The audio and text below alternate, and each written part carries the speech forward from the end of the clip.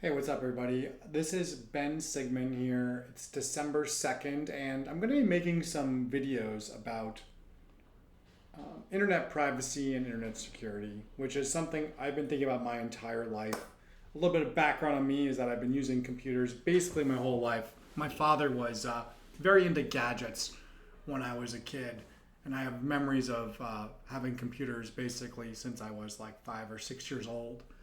And growing up, it was very interesting because my dad was very good at breaking his computers as well. Sorry, Dad, but or he couldn't figure out how to get things to do what he wanted them to do. So I became very prolific at a young age at figuring that stuff out. And then once the internet came along, I was very into the internet, into chat rooms, and there were people in the chat rooms used to say things like ASL, which meant age, sex, location. So I was immediately intrigued by the idea of identity online and also privacy from a very young age. And so these are things I've been thinking about a lot for my whole life.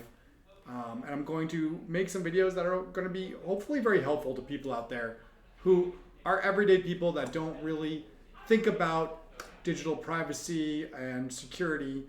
And I'm going to come up with some very basic, easy things for you to do, and also some more in-depth things. And and I plan on doing a lot of these videos. So let's take a look at the deck I have prepared for today. Is called "Protect Your Digital Life," and so one account, one password, one email, one card. Which is exactly what you don't want to have. I'm going to explain what the risks are of that system and why it doesn't work online the same way you want to have one ID, one credit card, go around the physical world just fine. We've kind of entered a new era now where reusing passwords, emails, and payments methods, well, it makes you very trackable, traceable online, but also makes you a very easy target for hackers. And so I'm going to tell you a story about my mom's friend, Claire. Her name is not really Claire. We're going to call her Claire for this and what happened to her. But first, please find my YouTube link, subscribe, click the notification bell, and like this video. I'm going to be doing a lot of videos like this, and I think they're going to be very helpful to you if you've made it this far already and you're interested to hear about Claire's story. So do me a favor and subscribe to my YouTube. So Claire here, she signed up for a dog sitting website. Okay, very basic dog sitting site, and when she signed up, she used a version of her normal email, Poochykins123176 dog, which is her birthday, of course, 12/31/76. So it's very easy for her to remember, and it's just a dog sitting site, right? So like, who cares if it's just the same password that she's basically used everywhere else, but just with a slight variation. Well, that dog sitter helpers site got hacked. And many years later, actually. But it doesn't matter because her data was on there forever. And the site was using a WordPress site, which, 50% of the internet does, according to an article I just read, or 43% apparently still uses WordPress. And there was an unencrypted user database, so hackers were able to get the user data from some weird plugin that managed users that signed up for this site. So Clary's email, her password, and her birthday were available to anyone who was willing to look. And, well, the pattern was quite easy for them to spot. And look, they did, by the way, because there's tons of these databases online all over the place that are just available for anyone to download and read. You can find them on the dark web and also on the clear web. And maybe you don't understand what the dark web is, but I'll do a future video explaining that. We'll even take a look at some dark websites and explore what's for sale there. Anyways, hackers were able to combine Claire's dog sitter helpers info with other leaked databases. Her email and variations of her password popped up all over the place, and her birth date was very easy to guess, which led to Claire's nightmare. What does that mean? It means she woke up one day and her bank account is completely drained, $15,000 gone through Coinbase, an account she didn't even create. She had no Coinbase account, and all of a sudden Coinbase took all of her money. So she's thinking, this is a total scam. How did this happen? This doesn't make any sense. It turns out hackers had used her leaked info to access her email, access her bank account, and then create a Coinbase account in her name, and even verify the bank account through Coinbase to be able to make the withdrawals. So what went wrong here? Like, how could something like this terrible thing have happened just from a dog sitting website? Well, the answer is that it's not just a dog sitting website that caused this problem. Okay, it was a pattern of behavior that is pretty normal, I would say, but also insufficient for maintaining digital privacy and security. And what should she have done to protect herself, right? She reused her email and password across multiple sites. She didn't use a password manager, and she didn't use a disposable email address. All of these things are signs that you're not doing stuff right. So if you're following this system now, my goal in this video is to show you a different way. Steps that you can choose to take to secure yourself online a little bit better. So how Claire could have protected herself? Well, she could have used a password manager. She could have used email aliases, enabled 2FA, and she could regularly audit and clean up unused accounts, like once a year. It doesn't have to be super duper often. There's other things she could do too, which I'll cover in future videos, like how to get your data removed from these online data brokers and stuff like that, which I also think is very valuable to know how to do. But overall, don't be like Claire, okay? So if you're already doing some of those things I just mentioned, which most people are, I'm going to give you some very simple steps on how to not be a Claire. So one weak link is all it takes for hackers to exploit your data, as we saw. You can start protecting your digital life today, right now. Step 1, you can use unique passwords for everything that you do. How, Ben, would it be possible to generate unique passwords for everything? I'd never be able to keep track of them. Well, guess what? There's people who've thought of how to fix that. It's called a password manager. There's tons of them available. You want to avoid using things like 1, 2, 3, 4, 5, 6 and password 1 or your pet's name or your former addresses.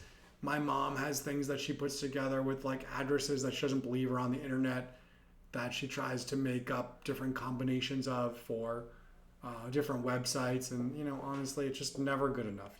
Our minds are not good enough to develop complexities of passwords that are going to be better than what a computer can generate to stop other computers from being able to guess those passwords. So tools like Bitwarden, 1Password, and LastPass do an excellent job at generating these passwords for you. And you only have to remember one password, the password you use to lock that application. And I recommend getting one of these, trying it out. Use a password that's very long, like once upon a time in the hood, or make up a poem or pick a line from a poem that you love. Like the longer it is, the better actually. You can add numbers and capital and blah, blah, blah. But the most important thing is that it's long and then you remember it. That's the two most important things. So step 2, unique emails for every service. Ben, how am I going to be able to track all these unique emails? That's crazy. Well, what I'm telling you is that there's already services available that combined with your password manager, these things become very easy to learn and use. It's a slight behavioral modification that's only annoying for like a few days, I promise. Once you start doing this, it becomes just so smooth and easy to sign up for things, actually easier. So the way it works is these disposable email accounts, they forward to your email. They're sort of like an email relay, like a remailer. Which is very common online now for privacy. So there's tons of these you can try out. You can set up your own domain, or you can use things like Simple Login, Anon, Addy, Proton Mail aliases. All that stuff allows you, or on Apple, you can just sign up with Apple and it has this use this whatever Apple relay email for privacy. It generates these random emails for everything you do. That system is also fantastic. Overall, I think Apple is better at privacy than Android, but once again, that's a topic for another day. Step 3, protect your payment info. Ben, how am I going to use a different credit card for every single thing? That sounds too complicated. Well, actually, once again, it's not, because there's a service that's already thought about it, like privacy.com. That's the one I use. I really like it. It generates virtual credit cards for everything I do. And the benefits are that I can limit spending. So when I sign up for a service like Netflix, I can use a card here. And then when I want to cancel, I just pause my card. They keep trying to charge the card forever. They're never able to. You can also then create cards to give out to your assistant or your virtual assistant or your sister to order stuff with that have a spending limit, right? Or your kid.